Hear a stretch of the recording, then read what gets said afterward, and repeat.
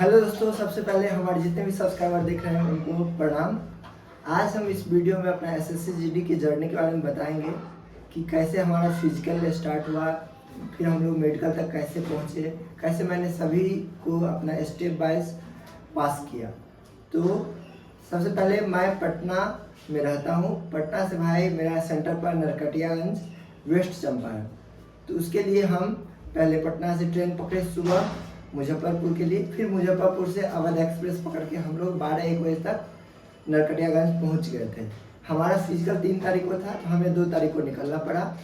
2 तारीख को हम लोग निकले, 1 बजे तक वहाँ पहुँचे। वहाँ पे हम लोग रूम देखे।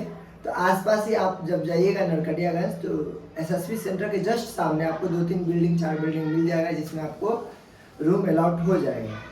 तो आपको जैसे सेपरेट रूम चाहिए तो वो भी 600-800 तक मिल जाएगा। यदि आप कंबाइंड रूम में चाह रहे हैं तो वो भी आपको 100 रुपीज़ पर पर्सन, एक बेड पे आपको 2 लोग को रखेगा वो मकान मालिक, और आप ले सकते हैं रूम। तो आपको रूम भी मिल जाएगा वहीं पे आसपास, आपको चिंता नहीं करना है।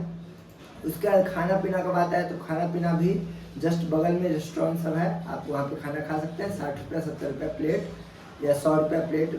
यदि आप पनीर वनीर खाते हैं तो वो मिलेगा। तो इस सब का व्यवस्था वहाँ पे बहुत ही अच्छा है। तो चलिए हम अपना जर्नी शुरू करते हैं। भाई 2 तारीख को हम लोग वहाँ पे पहुँच चुके थे। मेरे साथ मेरी माँ भी गई थी, क्योंकि पिछली बार बताए थे आप लोगों को कि हम एसएससी का दौर में कुछ मीटर से रह गए थे, दौड़ क्वालिफाई नहीं कर पाए थे। तो इस बार मेरी माँ की इच्छा थी कि वो भी जाए, तो वो भी 2 तारीख को मेरे साथ गई थी। फिर हम लोग वहाँ पे जब सेंटर पे पहुँचे तो एक सेपरेट रूम लिए, फिर हम लोग रहे वहाँ पे। सुबह हमको 5 बजे रिपोर्ट करना था। हम लोग 4:30 बजे लाइन में लग चुके थे भाई।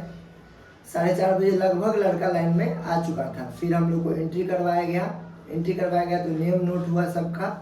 तो 100 लोग का रिपोर्टिंग था ईडब्ल्यूएस में, जिसमें से 67 लोग पहला दिन 3 तारीख को वहाँ पे पहुँचे थे। तो जैसे ही हम लोग अंदर पहुँचे तो फिर हम लोग को मेन सेंटर के पास लेके जाया गया, जहाँ पे अटेंडेंस बनाना था। वहाँ पे जाके सबसे पहले अटेंडेंस वगैरह हुआ। फिर हम लोग को लाइन में बिठा दिया गया, रोड पे ही बिठा दिया गया।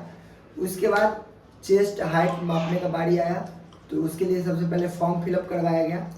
अंदर लेके गया और वहाँ पे हम लोग का सबसे पहले अटेंडेंस हुआ फिंगरप्रिंट से।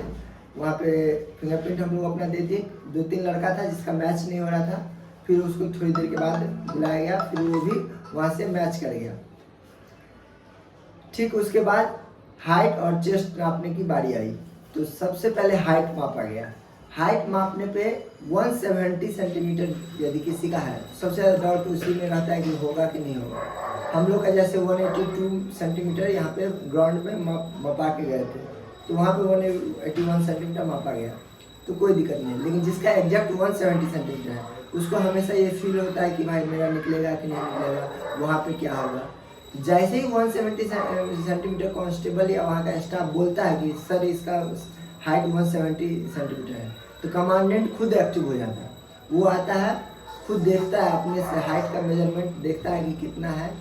और यदि आपका एग्जैक्ट 170 है ग्राउंड पे, तो वहाँ पे भी आप निफिक्र रहिए, वहाँ पे भी आपको 170 ही आएगा। यदि कम है तो भाई कम ही आएगा।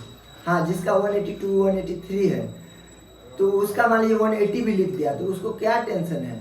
लेकिन जिसका 170 है उसका भाई कमांडेंट खुद अपने से देखता है हाइट। और ये सभी चीज़ कैमरा की निगरानी में होते रहता है। आपका हर एक चीज़ कैमरा में होगा, इसीलिए आपको डरने की ज़रूरत नहीं है। यदि आपका हाइट सही है तो आपका सही ही रहेगा। उसके बाद फिर चेस्ट मापा जाएगा इंडिविजुअल, हर एक किसी का। पहले हाइट फिर चेस्ट। तो चेस्ट मापा जाएगा। चेस्ट में हम लोग में तो कोई नहीं छटा था भाई। 67 में कोई चेस्ट में इसमें नहीं छटा था कि उसका हो नहीं रहा। बस एक लड़का चेस्ट में इसलिए छट गया था कि वो फुला नहीं पा रहा था। जैसे कि आप जानते हैं कि 80 सेंटीमीटर चाहिए ईडब्ल्यूएस का चेस्ट, और 5 सेंटीमीटर को उसको फुलाना रहता है। तो 80 से 85 होना चाहिए। मैं अपना बता दूं, मेरा था 88 से 96। 88 में नॉर्मल में था और जब फुलाने पे मैं 96 हो गया। फिर हम लोग को बिठा दिया गया, और जब सब लड़का का मेजरमेंट हो गया तो हम लोग में 67 में से 2 लड़का, एक हाइट में और एक चेस्ट में छट गया। तो बचा 65 को 2 बैच में कर दिया गया। तो मेरे बैच में 32 बच्चा को दोहराया गया और दूसरे बैच में 33 बच्चा को दोहराया गया। तो 32 बच्चा में से सबको लाइन में लगाया गया, कैमरा ऑन किया गया। उसके बाद सब ग्राउंड जो है 4.5 चक्कर नरकटियागंज का मारना रहता है। ग्राउंड में ईंट पत्थर सब बहुत ज़्यादा उगा हुआ है। यदि आपका फील्ड पे टाइमिंग आप जान रहे हैं कि 22 मिनट का है, तो यहाँ पे आपको 23 मिनट के आसपास टाइम लगेगा, क्योंकि ग्राउंड इतना अच्छा नहीं है। हम लोग को ये सब समझा दिया गया पहले ही कि आपको आधा चक्कर पहले दौड़ लेना है, उसके बाद फिर 4 चक्कर काउंट होगा। तो आधा चक्कर 600 मीटर के आसपास हम लोग को पहले दौड़वाया गया, और उसके बाद फिर 4 चक्कर मारना था, क्योंकि 1100 मीटर का ग्राउंड था। तो स्टार्टिंग पॉइंट पे हम लोग को ले जाया गया, और वहाँ से फिर 600 मीटर पहले दौड़ाया गया। और ये सब सभी चीज़ कैमरा की निगरानी में हो रहा था। तो जब हम लोग दौड़ना स्टार्ट किए भाई, दिल सबका धक धक कर रहा था। कमांडेंट आके अपना टाइम स्टॉप वॉच में टाइम सेट किया, कैमरा के सामने टाइम दिखाया गया, और जस्ट रेडी एंड गो बोला गया। तो हम लोग अपना भागना शुरू किए। तो पहले तो भाई हम 2-3 पोजीशन पे अपना धीरे धीरे शरीर वार्म अप कर रहे थे। जब शरीर गर्म हुआ फिर हम फर्स्ट पोजीशन पे आ गए, और फिर हम अपना 4 चक्कर फर्स्ट पोजीशन पे ही लगाए, कंटिन्यू किए। लास्ट में हमारा टाइमिंग 20 मिनट 52 सेकेंड पे आया। 20 मिनट 52 सेकेंड में हम अपना 5 राउंड क्लियर कर लिए। यदि नरकटियागंज में आपका 2.5 चक्कर, मतलब पहला हाफ और 2 फुल चक्कर, यदि आपका 13-14 मिनट तक आ जा रहा है, 14 मिनट से कम में यदि आ जा रहा है, तो अगला 2 चक्कर आप आराम से 10 मिनट में कर लीजिए। यदि 14 मिनट से ज़्यादा लग रहा है 2.5 चक्कर में, तो आपका फिक्स है कि वहाँ पे दौड़ नहीं निकलने वाला। तो पहला 2.5 चक्कर हम लोग का 11 मिनट 50 सेकेंड में ही हो गया था। तो जैसे क्योंकि मेरा अपना पहला अनुभव बता रहा हूँ कि आधा चक्कर मैं 2.5 मिनट में मारा था, मतलब 600 मीटर। फिर मैं आधा चक्कर और 1 चक्कर मिला के 7 मिनट में मारा था। तीसरा चक्कर मतलब 2.5 चक्कर वाला जो राउंड था वो मैं 11:50 में मारा था। फिर चौथा चक्कर मैं 16:50 में मारा था। अब 5वां चक्कर में हम 20:52 में कंप्लीट कर चुके थे। 5वां चक्कर मतलब 4.5 राउंड। ठीक है भाइयों।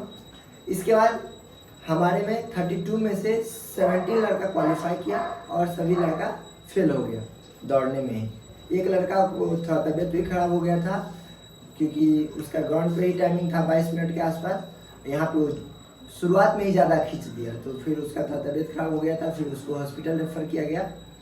इसीलिए आप लोग को पहले मैं ये बता दूं कि भाई शुरुआत में नहीं खींचना है। ये नहीं कि इतना धीरे भी नहीं हो जाना है कि लास्ट में हम कितनों खींच दें तो हमारा दौड़ नहीं निकले। अपना एक एवरेज स्पीड में शुरुआत में मेंटेन रखना है। कोई कितनों तेज भागे, जैसे मैं ही अपना बताया कि भाई पहले हम आधा चक्कर तक तीसरे नंबर पे थे, क्योंकि हम अपना शरीर को वार्म अप कर रहे थे। बॉडी जब गर्म हो गया तो फिर आप जान ही रहे हैं स्पीड आपका मेंटेन हो जाएगा। यदि शुरुआत में आप खींच दीजिएगा, पैर से में आपका दर्द उखड़ जाएगा, फिर आप दौड़ नहीं पाइएगा। थोड़ा थोड़ा धूप भी आ जाता है। हम लोग का टाइमिंग 8 बजे स्टार्ट हो चुका था मेरा दौड़। तो फिर 32 बैच में से 16 बैच क्वालिफाई हुआ। फिर हम लोग को बिठा दिया गया, और फेल वाला सबका भी एक फ़ोटो खींचा गया, और पास वाला का भी फ़ोटो खींचा गया। फिर हम लोग को जहाँ पे बैठे थे वहाँ पे बिठा गया। फिर दूसरा बैच को ले जाया गया 33 में से। 33 को ले गया गया, उसमें से भी फिर कुछ पास हुए, फिर कुछ फेल हुए। दोनों का फोटो सेशन हो गया। टोटल 65 दौड़े थे, 67% थे। तो बताया हाइट और चेस्ट में छट गया। 65 में से टोटल हम लोग का 37 सिलेक्ट हुए फिजिकल में। 37 कैरी ऑन हुआ।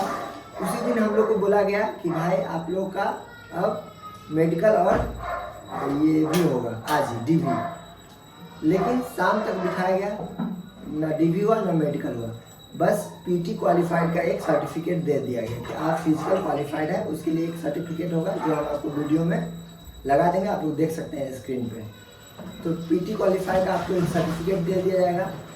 फिर 1 से 2 बजे तक के आसपास जो डिस्क्वालीफाई हो चुके हैं छात्र उन्हें भेज दिया जाएगा, और हम लोग को रखा गया। जो आपका डीवी होगा उसके बाद फिर मेडिकल होगा। लेकिन शाम हो गया, 5 बज गया, 4 बज 6 बज गया, लेकिन फिर उस दिन हम लोग का डीवी नहीं हुआ। तो 3 तारीख ऐसे ही ख़त्म हो गया। फिर हम लोग को 6 बजे बोल दिया गया कि आप लोग चले जाइए, 4 तारीख को आइए। तो फिर हम लोग को 4 तारीख को टाइम दिया गया, 5 बजे नहीं ना कि 7 बजे बुला गया। 7 बजे आप लोग आइए, रिपोर्टिंग टाइम 7 बजे कर दिया गया। फिर 4 तारीख को हम लोग 7 बजे पहुँचे। तो सबसे पहले सुबह में ही डीवी के लिए बायोमेट्रिक हुआ, और फिर हम लोग का डीवी स्टार्ट हुआ। तो भाई डीवी में भी बहुत लोगों को डाउट रहता है कि क्या होगा, 10th का सर्टिफिकेट लेंगे कि 12th का लेंगे। तो आप फॉर्म में जितना लास्ट भरे हैं क्वालिफिकेशन, हाईएस्ट क्वालिफिकेशन, वहाँ तक का सब सर्टिफिकेट ले जाइए। जैसे कि हम फॉर्म में भरे थे भाई एमएससी, तो हम लोग 10th का भी ले गए थे, 12th का भी, ग्रेजुएशन का भी और एमएससी का भी। आप फॉर्म में हाईएस्ट क्वालिफिकेशन जो भरे हैं उसी हिसाब से आप वहाँ पे लेके जाइए।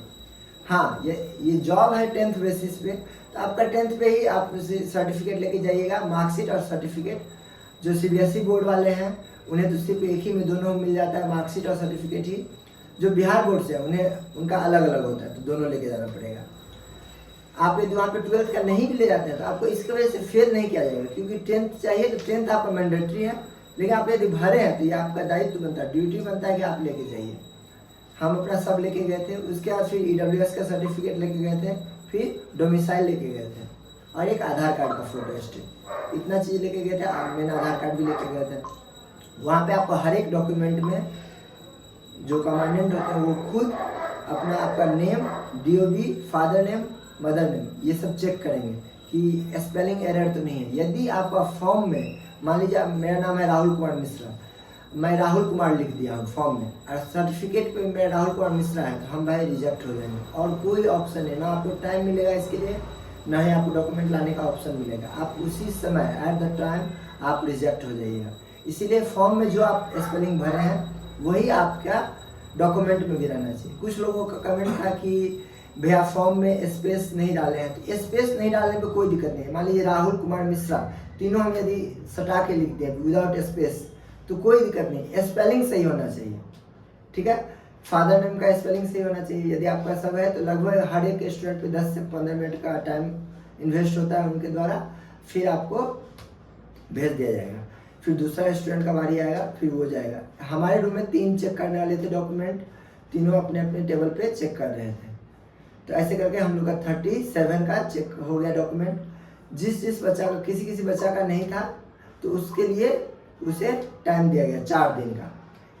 4 दिन में उसको डॉक्यूमेंट लाना था। उसके बाद डॉक्यूमेंट वेरीफाई होने के बाद ही आपका मेडिकल होगा। तो 4 तारीख को हम लोग का सिर्फ डॉक्यूमेंट हुआ। उसके बाद फिर बिठाया गया दोपहर तक।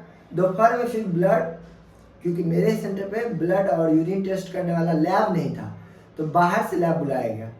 तो लैब टेक्नीशियन आए और हम लोग का ब्लड और यूरिन दोनों कलेक्ट करके लेके गए उसी दिन 4 तारीख को। 4 तारीख को 2 बजे तक लगभग ये सारा काम हो गया। ब्लड भी ले लिया गया और यूरिन भी लेके चला गया। यूरिन में यदि किसी को डाउट है कि भाई उस समय येलोइश हो जाएगा तो क्या होगा, येलोइश भाई कोई डिजीज नहीं है। यूरिन वैसे भी येलो ही होता है, उससे आपको डरने का जरूरत नहीं है। उससे आप, यूरिन में बस ये देखा जाता है कि यूरिक एसिड है कि नहीं, प्रोटीन है कि नहीं। यदि प्रोटीन अवेलेबल रहा यूरिन में तो आप रिजेक्ट हो जाएंगे। यदि आपके यूरिन में शुगर अवेलेबल रहा तो इसका मतलब आप डायबिटीज़ के पेशेंट हैं, फिर भी आप रिजेक्ट हो जाएंगे। यही सब चेक करने के लिए यूरिन लिया जाता है। ब्लड में जाते हैं, सीबीसी होता है, कंप्लीट ब्लड काउंट, ये सब चेक होता है। डिजीज चेक होता है, कैंसर, एड्स, ये सब चेक होता है। तो ये सब नहीं होगा तो आप निफिकिर रहिए। थोड़ा सा हेमोग्लोबिन चेक होता है। हेमोग्लोबिन आपको 12 से 16 के बीच में रहना चाहिए। फिर हम लोग का ब्लड, यूरिन, ये सब टेस्ट हो गया। 4 तारीख हो गया। फिर अगले दिन 5 तारीख